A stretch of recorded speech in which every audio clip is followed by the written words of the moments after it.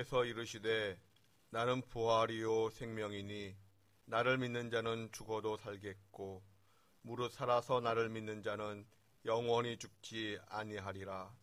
하나님은 영이시니 예배하는 자가 영과 진리로 예배할지니라.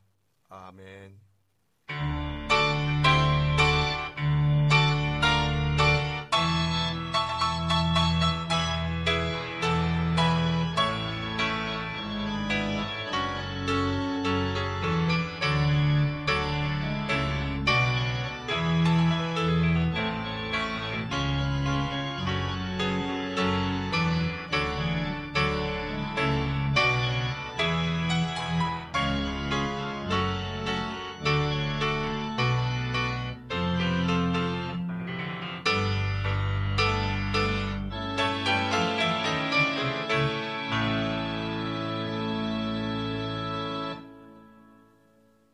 하나님 고맙습니다.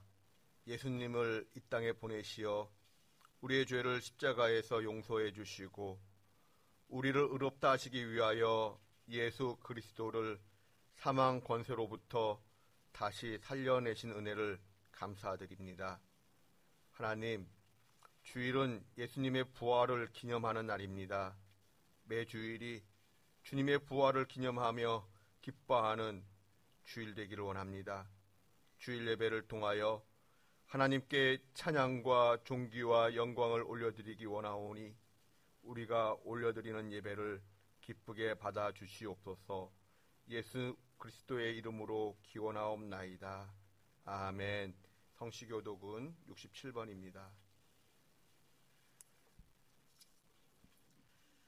지혜를 얻는 자와 명철을 얻는 자는 복이 있나니 이는 지혜를 얻는 것이 은을 얻는 것보다 낫고 그 이익이 정금보다 나음이니라. 지혜는 진주보다 귀하니 내가 사모하는 모든 것으로도 이에 비교할 수 없도다. 그의 오른손에는 장수가 있고 그의 왼손에는 부귀가 있나니 그 길은 즐거운 길이요 그의 지름길은 다 평강이니라. 지혜는 그 얻은 자에게 생명나무라. 지혜를 가진 자는 복되도다. 여호와께서는 지혜로 땅에 터를 놓으셨으며 명철로 하늘을 견고히 세우셨고 그의 지식으로 깊은 바다를 갈라지게 하셨으며 공중에서 이슬이 내리게 하셨느니라. 내 아들아, 완전한 지혜와 근신을 지키고 이것들이 내 눈 앞에서 떠나지 말게 하라. 대저 여호와는 내가 의지할 이시니라. 내 발을 지켜 걸리지 않게 하시리라. 아멘. 참회의 기도를 드립니다. 긍휼이 풍성하신 아버지 하나님, 고개 숙여 참회의 기도를 드립니다. 사도 바울은 신앙의 경륜이 쌓이고 깊어질수록 나는 주인의 괴수라고 고백을 했습니다.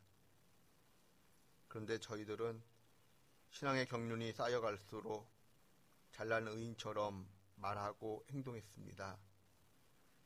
내 위에 하나님께서 계시다는 것을 순간순간 잊어버리며 살았습니다. 하나님, 불쌍히 여기시고 용서하여 주시옵소서. 더 나아가 이 나라 이 민족의 더럽고 추한 죄악을 용서하여 주시옵소서. 이제는 하나님과 저만이 아는 죄를 고백합니다.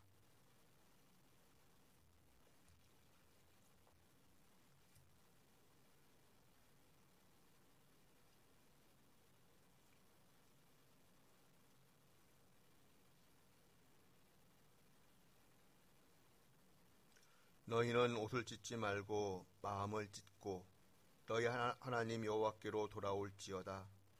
그는 은혜로우시며 자비로우시며 노하기를 더디하시며 이내가 그시사 뜻을 돌이켜 재앙을 내리지 아니하시나니 그러므로 주 예수 그리스도 안에 있는 자에게 결코 정죄함이 없느니라. 아멘. 이제는 우리의 신앙을 한 목소리로 고백하오니 나는 전능하신 아버지 하나님 천지의 창조주를 믿습니다. 나는 그의 유일하신 아들 우리 주 예수 그리스도를 믿습니다. 그는 성령으로 잉태되어 동정녀 마리아에게서 나시고 본디오 빌라도에게 고난을 받아 십자가에 못 박혀 죽으시고 장사된 지 사흘 만에 죽은 자 가운데서 다시 살아나셨으며 하늘에 오르시어 전능하신 아버지 하나님 우편에 앉아 계시다가 거기로부터 살아있는 자와 죽은 자를 심판하러 오십니다. 나는 성령을 믿으며 거룩한 공교회와 성도의 교제와 죄를 용서받는 것과 몸의 부활과 영생을 믿습니다. 아멘. 자리에 앉으셔서 찬송가 170장 찬송하겠습니다.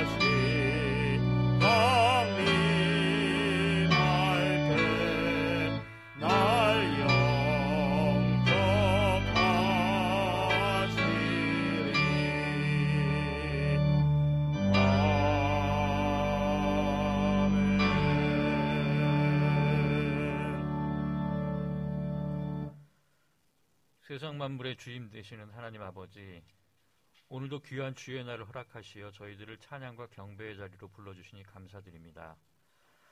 저희들로 하여금 하나님을 찬양하는 것이 가장 귀한 일인 것을 깨닫게 하시고 그 가운데 항상 큰 기쁨과 감사가 있게 하여 주시옵소서.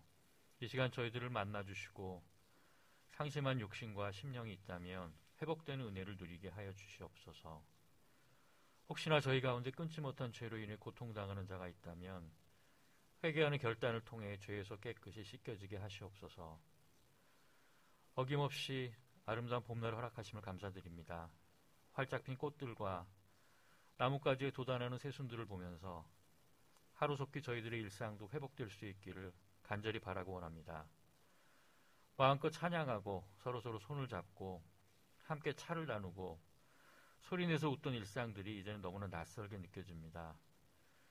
하나하나가 참으로 소중한 것들이었음을 깊이 깨달으며 언젠가 저희들이 다시 이전의 일상대로 돌아갈 때 그 소중함을 잃지 않게 하시고 매 순간순간을 감사함으로 채워갈 수 있으면 참 좋겠습니다.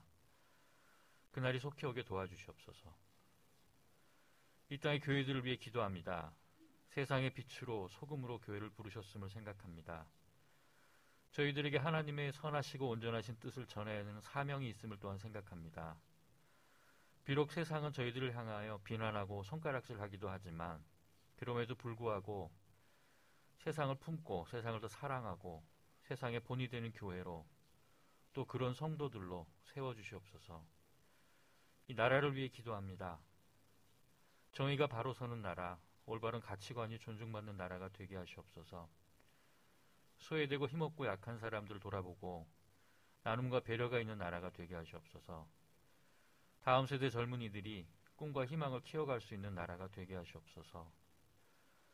위정자들을 향해 비난하고 손가락질하기보다는 먼저 저들을 위해 기도하게 하시고 저들이 하나님과 백성들을 두려워하고 섬기는 자들로 변화되게 하시옵소서. 오늘도 단위에 서신 목사님을 성령의 강한 팔로 붙들어 주시옵소서. 전하는 말씀으로 인하여 갈급한 영혼마다 위로받게 하시고 각 사람에게 임하시는 하나님의 음성을 받게 하시옵소서. 목사님을 통하여 드린 교회와 교회 학교, 데오스 학교가 날로 부흥할 수 있도록 은혜 내려주시옵소서. 예배 자리를 사모하는 마음은 간절하나 여러 가지 상황과 형편으로 인해 참석하지 못한 성도들 기억하여 주시고 친히 찾아가시어 저들의 마음을 다스려 주시옵소서. 특별히 슬픔을 당한 가정이 있사온데 하나님께서 내려주시는 위로가 유족분들에게 함께 하시길 원합니다. 이 예배 시종을 모두 하나님께 의뢰 드리오며 우리를 죄에서 구원하신 예수 그리스도의 이름으로 기도드립니다. 아멘.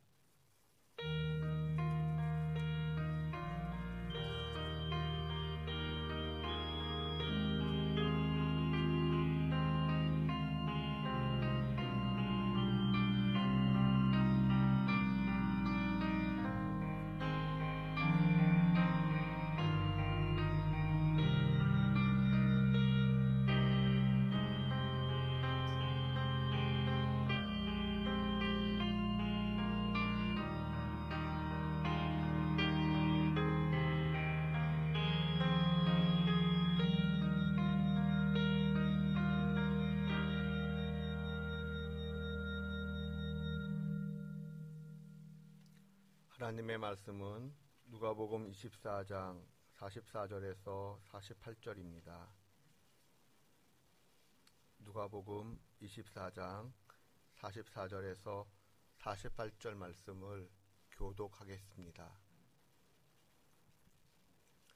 또 이르시되 내가 너희와 함께 있을 때에 너희에게 말한 바 곧 모세의 율법과 선지자의 글과 시편에 나를 가리켜 기록된 모든 것이 이루어져야 하리라 한 말이 이것이라 하시고 이에 그들의 마음을 열어 성경을 깨닫게 하시고 또 이르시되 이같이 그리스도가 고난을 받고 제3일에 죽은 자 가운데에서 살아날 것과 또 그의 이름으로 죄 사함을 받게 하는 회개가 예루살렘에서 시작하여 모든 족속에게 전파될 것이 기록되었으니 함께 봉독합니다. 너희는 이 모든 일의 증인이라. 아멘.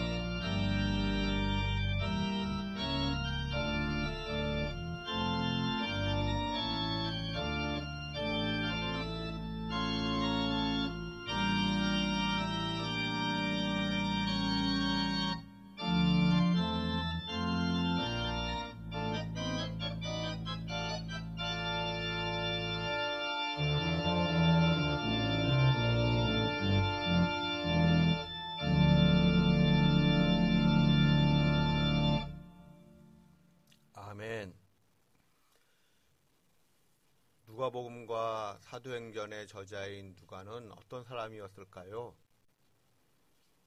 바울의 동역자였고 또 의사였지요. 그리고 그 누가는 그 이방인 개종자였습니다. 아마도 그리스 사람이 아닐까라고 여겨지고 있는데 그가 복음을 받아들이고 하나님의 일들을 감당했지요. 누가가 사용하는 이 그리스어를 보면은 학자들이 오늘날 판단할 때에 나름대로 품격이 있는 그리스어를 사용하고 있다라고 이야기합니다.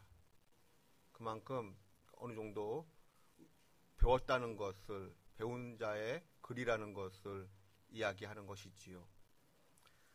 또한 누가는 매우 용이 주도한 역사가라고도 이야기합니다. 예를 들어서 누가복음 3장 1절을 보면 디베리오 황제 때에 루사니아가 아빌레네의 분봉왕이었다라고 하는 기록이 있습니다. 그러나 오랜 기간 동안 학자들은 이 누가의 기록이 틀렸다라고 생각을 해왔습니다. 왜냐하면 루사니아는 기원전 칼리스의 통치자였기 때문에 그러합니다. 예수님 시대와는 약 반세기가량이 앞서 있는 인물이었던 것이지요. 그러한 까닭에 누가가 틀린 기록을 기록하고 있다라고 생각을 했습니다. 그러던 때에 디베리오 황제의 재위 기간에 기록된 비문이 하나 발견되었습니다. 그런데 그 비문에 따르면 루사니아가 다메섹 근방 아빌레네의 분봉왕이었다라고 하는 기록이 적혀 있는 것이었습니다. 알고 보니 루사니아라고 하는 정부 관리가 2명이었던 것이었지요. 이와 같이 처음에는 누가의 기록에 의문을 제기하였다가 나중에 고고학 발견 등으로 인하여 누가의 기록이 옳았다, 맞다라고 하는 일들이 몇 차례 있었습니다. 그렇다면 누가복음은 어떤 과정을 거쳐서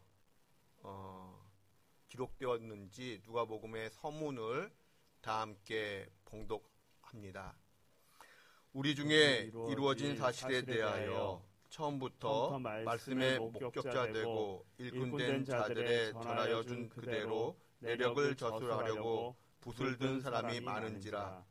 그 모든 일을 근원부터 자세히 미루어 살핀 나도 데오빌로 각하에게 차례대로 써 보내는 것이 좋은 줄 알았노니 이는 각하로 그 배운 바의 확실함을 알게 하려 함이로다. 아멘. 아멘.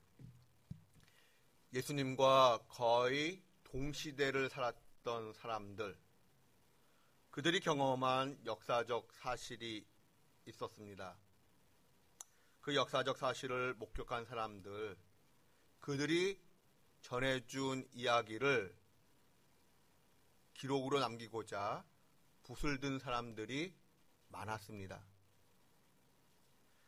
누가복음의 저자인 나도 또한 그 역사적 사실의 목격자들이 전해준 이야기들을 많이 수집하였습니다. 그들로부터 충분한 자료를 모았다는 것입니다. 그리고 그 모든 내용을 근원부터 꼼꼼하게 살폈습니다. 확인 작업을 거쳤습니다. 이제 나는 그 내용을 차례대로 기록하고자 합니다.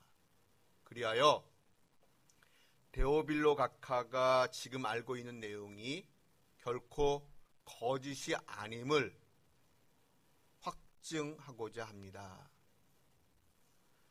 누가복음의 집필 과정이 이러하다면 어떤 의미 부여가 가능할까요?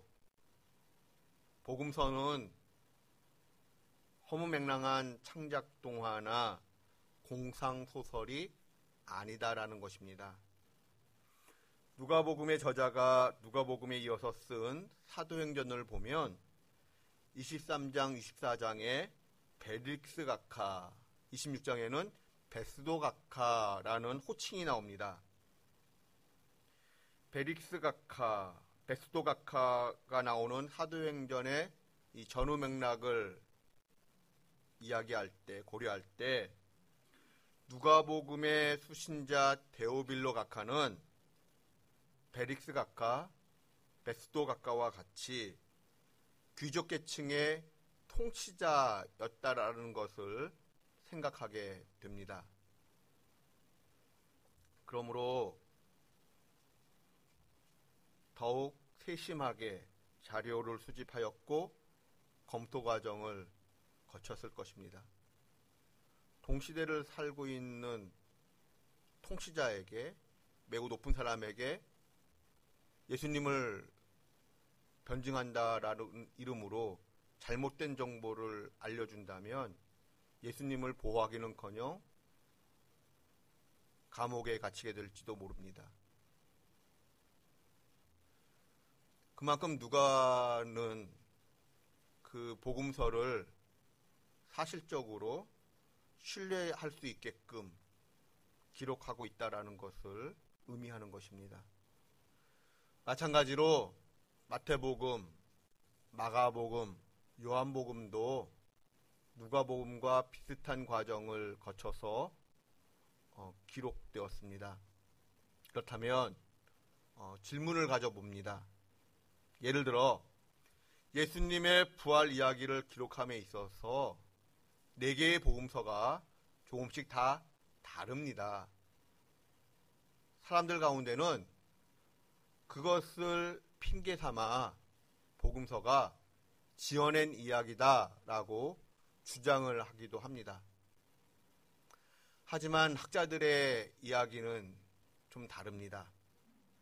왜냐하면 빈 무덤과 같은 핵심적인 내용은 4개의 복음서가 모두 동일하게 이야기하고 있기 때문에 그러합니다. 복음서에서 차이점을 보이고 있는 내용들은 모두가 하나같이 지엽적이고 부차적인 내용들이다라는 것입니다. 오늘날 학문적으로 또 역사학자들이 공통적으로 인지하고 있는 내용이 있습니다. 사람이 어떤 충격적인 큰 사건을 경험하게 되면, 즉 인간을 압도하는 예외적이고 충격적인 사건을 만나게 되면 그 핵심적인 내용은 같을지라도 세부적인 내용에 있어서 그 기억은 사람마다 차이점을 보인다라는 것입니다. 외상후 스트레스 장애와 같은 일들이 그러하겠지요. 충격적인 사건에 대하여 기억의 차이가 있고 서로 다른 방향에서 서로 다른 강조점을 가지고 부활을 바라보았기 때문에 그 세부적인 내용에 있어서 그 잘잘한 것들이 차이를 보이는 것은 지극히 정상이고 아주 자연스러운 현상이라고 합니다. 그렇다면 이제 누가복음의 마지막 부분을 살펴보고자 합니다. 누가복음 23장 50절 이하를 보시면 바위 속을 판 새 무덤에 예수님을 안치합니다. 그런데 그 모든 과정을 갈릴리로부터 따라온 여인들이 지켜보고 있었습니다. 안식일이 끝나자마자 첫날 새벽에 이 여인들은 예수님이 안치된 무덤을 방문합니다. 향품을 가지고 방문하지요. 향품을 가지고 방문한다라는 것은 죽은 자를 향한 예우를 끝까지 최선을 다하겠다라는 것입니다. 향품을 가져갔다는 것 자체가 예수님의 죽음을 확증하는 증거입니다. 이 여인들은 예수님에 대하여 그 어떤 기적을 기대하지 않았습니다. 예수님은 당연히 돌아가신 것이었습니다. 그러므로 무덤을 향해 가면서도 무덤 문을 막고 있는 큰 돌을 어떻게 굴려낼 것인가, 그것을 고민하고 있었습니다. 그런데 무덤에 도착하였을 때 이 여인들이 목격한 것은 무엇이었습니까? 무덤 입구를 막고 있던 큰 돌이 옆으로 치워져 있었습니다. 무덤 문이 열려져 있었던 것입니다. 여인들은 당황했습니다. 여인들은 그 무덤 안으로 조심스럽게 들어가 봅니다. 무덤 속으로 들어갔을 때 이 여인들은 당혹감을 감추지 못했습니다. 왜냐하면 예수님의 시신이 없어졌기 때문에 그러합니다. 도대체 누가 예수님의 시신에 손을 댄 것일까? 누가 예수님을 훔쳐간 것일까? 그러할 때 이 여인들 앞에 천사 두 사람이 나타났습니다. 그리고 이런 말을 했습니다. 어찌하여 살아있는 자를 죽은 자 가운데서 찾느냐? 예수님은 여기 계시지 아니하고 살아나셨다라고 말했습니다. 무슨 뜻입니까? 무덤이 비어있는 이유는 예수님께서 부활하셨기 때문이다 라는 것입니다. 하나님은 예수님께서 부활하셨다라고 하는 증거로 빈 무덤을 보여주셨습니다. 그리고 천사의 입을 통하여 예수님의 부활을 알려주셨습니다.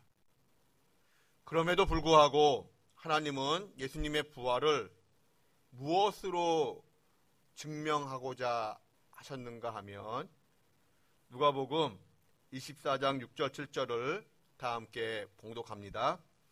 여기 계시지 않고 살아나셨느니라. 갈릴리에 계실 때에 너에게 어떻게 말씀하셨는지를 기억하라. 이르시기를 인자가 죄인의 손에 넘겨져 십자가에 못 박히고 제3일에 다시 살아나야 하리라 하셨느니라 한데, 하나님의 심부름꾼인 천사가 무엇을 말했습니까? 본문을 보시기 바랍니다. 예수님께서 너희에게 어떻게 말씀하셨는지를 기억하라. 말씀을 기억하라고 이야기합니다. 인자가 죄인의 손에 넘겨져 십자가에 못 박히고 제3일에 다시 살아나야 하리라 하셨느니라. 하나님은 예수님의 부활을 예수님의 말씀, 성경 말씀을 통하여 증거하고 증명하고자 하셨습니다. 여기서 우리가 깨닫는 것은 무엇입니까? 단순히 기적을 체험했다고 해서 예수님이 누구신지 고백을 하게 되고 예수님의 부활이 믿어지는 것은 결코 아니다라는 것입니다.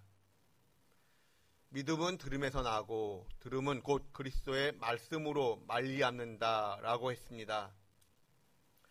기적을 체험하는 것이 믿음을 가져오는 것이 아니고 하나님의 말씀, 성경 말씀으로부터 믿음이 나오는 것입니다. 우리 믿음의 기초는 기적에 근거하지 않습니다. 우리 믿음의 기초는 하나님의 말씀, 성경 말씀에 근거합니다. 출애굽 시절의 애굽 왕을 생각해 보시기 바랍니다. 애굽 왕 10가지 재앙을 만났습니다. 그 10가지 재앙 하나하나가 기적입니다. 그러나 애굽 왕 바로는 어떠했습니까? 10가지의 기적을 눈으로 목격하고서도 하나님의 말씀에 순복하기는커녕 더 마음이 완악해졌습니다. 강팍해졌습니다. 기적을 체험하는 것이 하나님의 말씀에 아멘하는 순종을 가져오는 것이 아니다라는 것을 깨닫게 됩니다. 그러한 까닭에 기적의 뿌리를 두는 믿음은 쉽게 흔들리고 맙니다. 반면 말씀에 기초한 믿음은 쉽게 흔들리지 아니합니다. 사실은 기적의 체험이 성경 말씀과 함께 만났을 때, 즉 기적의 이런 여러 역사함이 성경 말씀을 통하여 검증되고 해석되어질 때 바로 그곳에 믿음의 강한 불꽃이 확 타오르게 됩니다. 체험과 성경 말씀이 만나야 합니다. 성경 속에 많은 사람들이 그렇게 믿음을 갖게 되었습니다. 바울도 그러했지요. 체험과 말씀이 만나서 말씀으로 인하여 그 사건이, 기적이 해석되어질 때 믿음이 뜨거워지기 시작합니다. 천사가 전해준 그 예수님의 말씀, 하나님의 말씀에 아멘으로 응답을 하며 그 말씀을 기억해낸 그 여인들이 무덤을 떠나 제자들에게로 갑니다. 그리고 제자들에게 자신들이 보고 들은 것을 전달하지요. 그러자 제자들은 어떤 반응을 보였습니까? 아멘 하고 응답을 했던가요? 아니었습니다. 여인들의 말을 의심했습니다. 허탄한 듯 생각했습니다. 그러한 와중에도 베드로는, 요한복음에 따르면 베드로와 요한은 일어나서 직접 무덤을 확인하고자 합니다. 우리 다 함께 요한복음 20장 3, 4, 5절을 봉독합니다.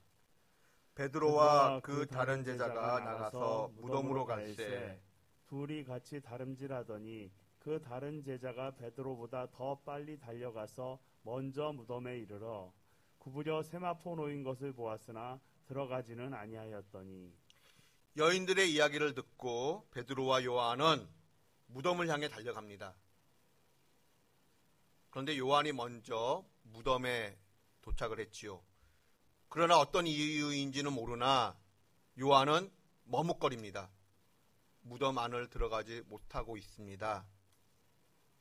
그저 요한은 무덤 밖에서 무덤 안을 바라보았다라고 성경은 기록하고 있습니다. 그런데 여기 요한이 바라보았다, 5절에서 보았다라고 하는 그 단어는 그냥 일반적으로 본다라는 뜻을 가집니다. 즉 눈의 기능으로서 앞이 보인다, 보이지 않는다라고 할 때 눈이 보인다라는 의미입니다. 즉 무덤 밖에서 흘낏 보니 세마포만 있고 예수님의 시신은 보이지 않았다라는 것입니다. 요한복음의 그 전후 맥락을 고려한다면 요한은 이렇게 생각했던 것입니다. 막달라 마리아가 전해준 내용처럼 누군가가 예수님의 시신을 훔쳐갔구나. 그렇게 생각을 했던 것이지요. 자, 이제 요한복음 20장 6절 7절을 다 함께 봉독합니다. 시몬 베드로는 따라와서 무덤에 들어가 보니 세마포가 놓였고 또 머리를 쌌던 수건은 세마포와 함께 놓이지 않고 땅 곳에 쌓였던 그대로 되어 있더라.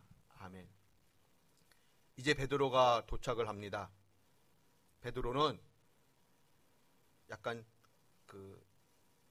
의욕이 좀 강해서일까요? 바로 무덤 안으로 들어갑니다. 그런데 6절에서 베드로가 보았다라고 하는 단어는 요한이 보았다라는 단어와 조금 다릅니다. 베드로가 보았다라고 할 때의 헬라어는 어떤 때 쓰이는 단어인가 하면 보는 것이 중요한 종교적 행사에서 종교적 절기를 주의 깊게 구경하고 관찰하다라고 할 때 쓰이던 단어입니다. 사전적 정의가 그렇습니다. 누가복음 24장 12절 말씀을 참고로 한다면 베드로가 무덤 안에 들어갔을 때 처음에는 요한처럼 그냥 흘낏 보았습니다. 예수님의 시신이 없어졌구나. 그런데 베드로는 흘낏 보는 것으로 끝내지 아니하고 주변을 자세히 살피고 관찰하기 시작했다라는 것입니다. 그러할 때 베드로가 발견한 것은, 깨달은 것은 무엇입니까? 그 당시 풍습을 고려할 때 시체를 감싸는 2m 40cm 길이의 세마포가 뒤집박죽 풀어 헤쳐져 있는 것이 아니라 잘 정돈되어 있었다는 것입니다. 마치 빈 누에꼬치처럼, 마치 매미가 허물을 벗듯 사람 모양 그대로 세마포가 놓여 있었고 사람의 몸만 쏙 빠져나온 듯한 모양새였다는 것이지요. 그리고 머리를 감쌌던 수건, 장례 시 사용되었던 수의로서의 수건은 세마포와 함께 놓이지 않고 약간 떨어진 곳에 있었는데 머리를 쌌던 모양 그대로, 헬라어 표현으로는 동그랗게 말려 있었다는 것입니다. 베드로가 지금 그러한 것을 관찰했던 것입니다. 이제 요한복음 20장 8절을 다 함께 봉독합니다. 그때서야 무덤에 먼저 갔던 그 다른 제자도 들어가 보고 믿더라. 아멘. 베드로가 자세히 살핀 후에야 비로소 요한은 베드로처럼 무덤 안으로 들어갔다는 것입니다. 그리고 요한은 베드로처럼 이제 무덤 안의 상황을 자세히 관찰했던 것이지요. 그리고 나서 요한은 무엇라고 고백을 합니까? 보고 믿었다라는 것입니다. 여기 8절에서 요한이 보고 믿었다라고 할 때 요한이 보았다라고 하는 이 단어는 또 5절, 6절과 다른 단어입니다. 8절에서 보았다라고 하는 단어는 경험적으로, 체험적으로 무엇인가를 감지하고 인지하게 되었다라는 뜻을 가집니다. 즉, 요한의 모습, 마음은 무엇인가 하면 5절에서와 같이 처음에는 눈에 보이는 현상으로서 예수님의 시신이 정말 없어졌네, 그렇게 생각했다가 베드로를 따라가 들어가 자세히 살피고 나서는 예수님의 시신을 누군가가 훔쳐갔다라고는 결코 말할 수 없는 상황이구나라는 것을 깨달았다는 것입니다. 예수님의 시신은 결코 누군가가 훔친 것이 아니다. 베드로와 요한이 내린 결론입니다. 그러한 까닭에 여인들이 전해준 이야기가 허튼 소리는 아니었구나 라며 여인들이 전해준 이야기를 믿었다라는 것입니다. 그럼에도 불구하고 누가복음 24장 12절을 보시면 베드로는 예수님께서 부활하셨다라는 것에 대하여 확신을 갖지 못했습니다. 빈 무덤과 세마포의 증거에 대하여 뭔가 일어났구나, 그저 놀랍게는 여길지언정 부활에 대한 확신을 갖고 있지 못했습니다. 그래서일까요? 누가복음 24장 34절을 보시면 부활하신 예수님께서 베드로에게 잠시 나타나셨다는 것을 알게 됩니다. 그럼에도 불구하고 베드로는 예수님께서 부활하셨다는 것, 육체를 가진, 몸을 가진 예수님으로 부활하셨다는 것에 대하여 온전히 받아들이지를 못하고 있었습니다. 여기서 우리가 깨닫는 것은 무엇입니까? 우리가 직접 눈으로 기적을 목격하고 체험하면 부활에 대한 믿음이 만들어질 것 같고 부활에 대한 믿음을 확증시켜 줄 것 같은데 정작 실제로는 그렇지가 못했다라는 것입니다. 기적을 체험하는 것이, 기적을 경험하는 것이 부활에 대한 확증을 제자들에게 심어주지 못했습니다. 결국 그날 밤 매우 늦은 시각에, 즉 엠마오에서의 어떤 그 이야기가 다 끝난 그 이후 늦은 밤에 예수님께서 제자들에게 다시 나타나셨습니다. 그러자 제자들은 어떤 반응을 보였습니까? 놀라고 무서워했습니다. 베드로가 그러했듯 예수님의 모습을 예수님의 영으로 생각을 했습니다. 그러자 예수님께서 말씀하셨습니다. 내 손과 발을 보고 나를 직접 만져보아라. 영은 살과 뼈가 없지만 나는 너희가 지금 보는 바와 같이 살과 뼈가 있느니라. 여기서 보다라고 하는 단어는 단순히 보다라는 것이 아니라 경험하고 체험적으로 느끼며 보라는 단어입니다. 조금 전 요한복음 20장 8절에서 요한이 보고 믿었더라 할 때의 보다와 같은 단어입니다. 직접 만지고 봄으로써 예수님의 부활을 믿으라는 것입니다. 그럼에도 불구하고 예수님의 제자들은 정말 예수님이 부활하셨는지 긴가민가 헷갈려 했습니다. 확증을 갖지 못했습니다. 그러할 때 예수님은 이 문제를 어떻게 풀어나가셨습니까? 얘들아, 어떻게 나를 보고도 믿지 못하느냐? 라고 다그치지 아니하시고 예수님은 말씀을 풀어주기 시작하셨습니다. 예수님은 성경 말씀을 통하여 자기 증명을 해나가셨습니다. 특별히 구약 말씀을 가지고 예수님은 자신의 고난과 죽음과 부활에 대하여 말씀하시기 시작하셨습니다. 우리 다 함께 누가복음 24장 44절부터 47절 말씀을 봉독합니다.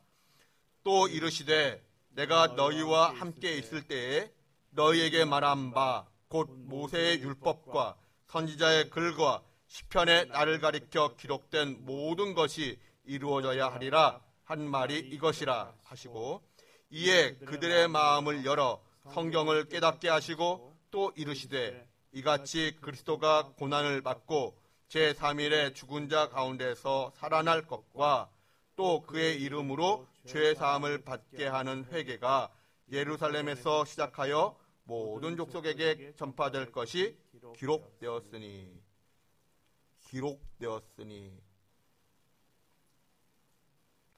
나를 가리켜 기록된 모든 것이 이루어져야 하리라. 기록되었으니.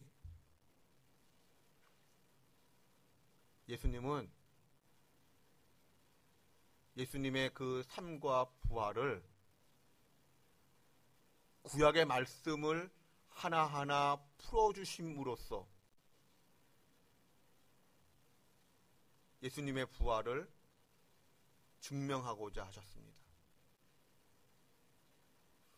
누가복음은 예수님께서 몸으로 부활하셨음을 강조합니다. 예수님은 손과 발을 보여주셨고 심지어 생선을 잡수시기까지 하셨습니다. 하지만 이러한 기적 체험이 부활에 대한 믿음을 확증시켜주지 못했습니다. 빈 무덤을 처음 보았던 여인들처럼, 그 여인들이 그러했던 것처럼 제자들의 진짜 믿음은 예수님의 말씀, 성경 말씀을 통하여 만들어졌습니다. 그렇다면 우리가 어떻게 해야 예수님의 부활을 믿을 수 있겠습니까? 기적을 체험하는 것 나름 의미가 있습니다. 그러나 더 중요한 것은 하나님의 말씀, 성경의 말씀을 가까이 하는 것입니다. 사실 신약성경 전체가 부활에 대한 증언입니다. 만약 예수님께서 부활하지 아니하셨더라면 신약성경은 존재하지 않습니다. 그런데 조금 전에 우리가 말씀을 직접 읽었던 것처럼 구약성경도 사실은 예수님에 대한 예표입니다. 예수님을 설명하고 드러내기 위한 긴 말씀인 것이었지요. 그러므로 우리가 성경을 읽고 성경 말씀을 기억할 때 예수님의 부활이 믿어지도록 하나님께서 역사하신다는 것입니다. 그것이 하나님의 방법인 것이지요. 우리 인간적인 생각은 기적을 보면 믿음이 생길 것이라 생각을 하는데, 오히려 기적을 못 본다 할지라도 말씀을 가까이 하고 말씀을 받아들이면 부활이 믿어진다는 것입니다. 그것이 하나님의 방법이라는 것이지요. 진짜 믿음은 어떤 기적을 보는 것으로 생겨나는 것이 아니라 예수님의 말씀, 성경 말씀으로부터 나오는 것임을 우리는 기억해야 합니다. 기적이 우리의 믿음을 도울 수는 있지만 우리의 믿음은 기적에 기초를 두는 것이 아니고 말씀에 기초를 두는, 뿌리를 두는 믿음이어야 합니다. 성경 말씀을 가까이 할 때 예수님의 부활이 믿어지고 믿음은 자라게 될 것입니다. 이것이 하나님의 방법입니다. 우리 모두 성경 말씀을 가까이 함으로써 부활의 믿음을 확증하는 저와 여러분 되실 수 있기를 주님의 이름으로 축원드립니다. 기도하겠습니다. 하나님, 우리가 하나님의 말씀, 구약성경과 신약성경을 가까이 함으로 그 말씀을 통하여 예수님의 부활이 믿어지고 확증되고 믿음의 사람이 될 수 있도록 우리를 인도해 주시옵소서. 예수님의 이름으로 기도드립니다. 아멘. 찬송가 168장 찬송하겠습니다.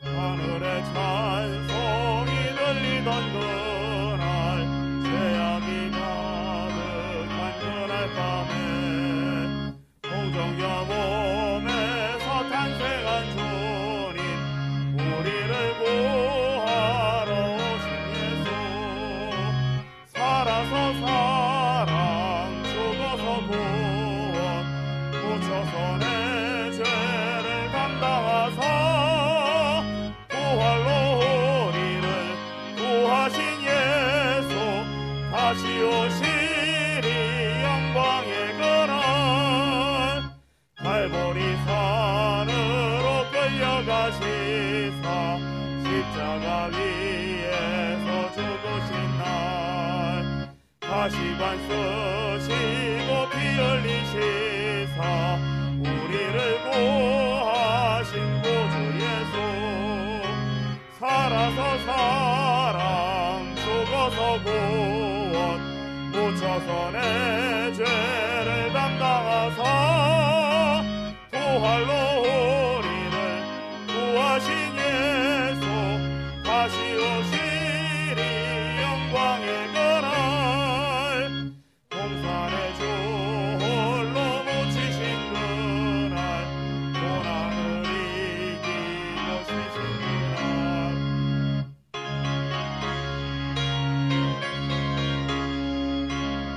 우리에게 소망을 주신 예수, 살아서 사랑, 죽어서 구원, 묻혀서 내 죄를 담당하사 부활로 우리를 구하신 예수, 다시 오시리 영광의 그날, 무덤이 예수를 못 받은 그날, 인동한 그 돌이 굴러간 날, 죽음의 권세를 깨뜨린 주님, 하늘에 오르신 내 주 예수, 살아서 사랑, 죽어서 구원, 묻혀서 내 죄를 담당하사 부활로 우리를 구하신 예수, 다시 오시리 영광의 그날, 천사장 나팔이 울리는 그날, 하늘의 영광이 나타날 때, 날 사랑하시는 참되신 친구, 날 영접하시러 오신 예수, 살아서 사랑, 죽어서 구원, 묻혀서 내 죄를 담당하사 부활로 우리를 구하신 예수, 다시 오시리 영광의 그날.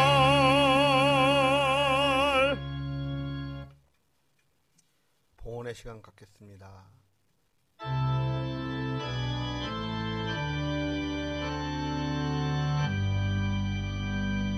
모든 것이 주께로부터 왔으니 이 예물을 주께 드리나이다.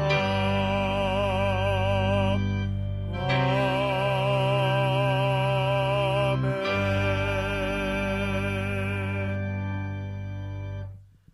하나님 감사합니다. 우리의 몸과 마음을 대신하여 하나님께 예물을 드리오니 받아주시옵소서. 쓰이는 곳에 아버지의 영광이 드러나기를 소망합니다. 오늘도 해외에 있는 가족들, 국방의 의무를 감당하는 우리의 자녀들, 출장이나 출타하여 지방에 있는 식구들, 어느 곳에 있든지 눈동자같이 보호해 주시고 그 삶의 현장에서 주를 높일 수 있게 하여 주시옵소서. 질병으로 누워 계신 분들을 불쌍히 여겨주시고 회복의 은혜를 베풀어 주시옵소서.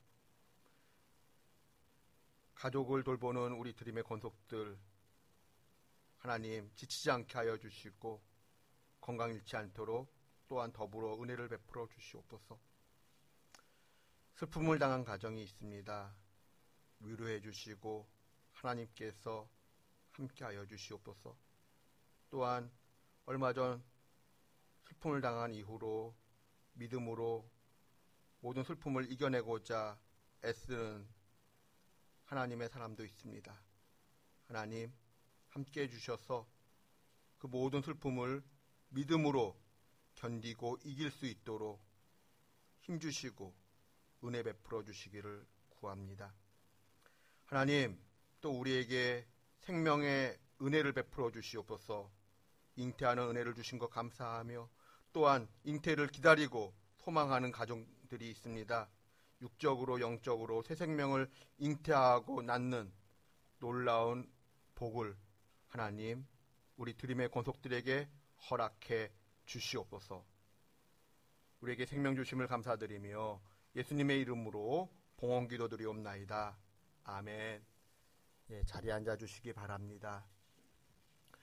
다음 주일은 창립 기념주일입니다. 바라기는 많은 우리 드림의 권속들이 모여서 예배드리는 기쁨이 있었으면 좋겠습니다. 코로나가 지금 계속 또 확장되는 추세라 마음에 염려되는 부분이 있지만 다음 주일 환하고 밝게 감사의 예배를 드렸으면 좋겠습니다. 창립기념주일을 앞두고 토요일에 교회 안팎을 좀 청소하려고 합니다. 매년 그러했듯이 우리가 좀 깨끗하게 정돈하는 시간 갖고자 하는데 자세한 시간 일정은 구역 카톡방을 통하여 공지하겠습니다.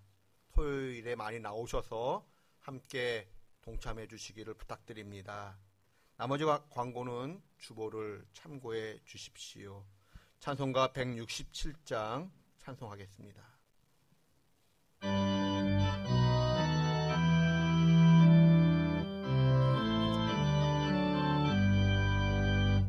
죽은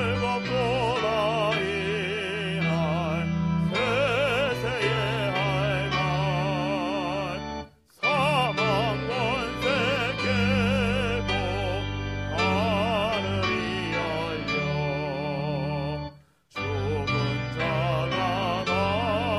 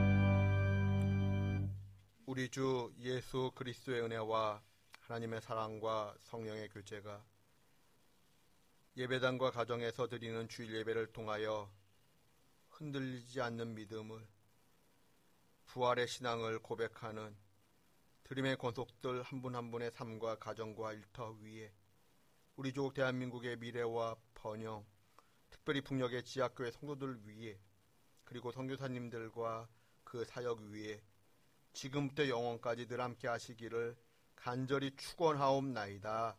아멘.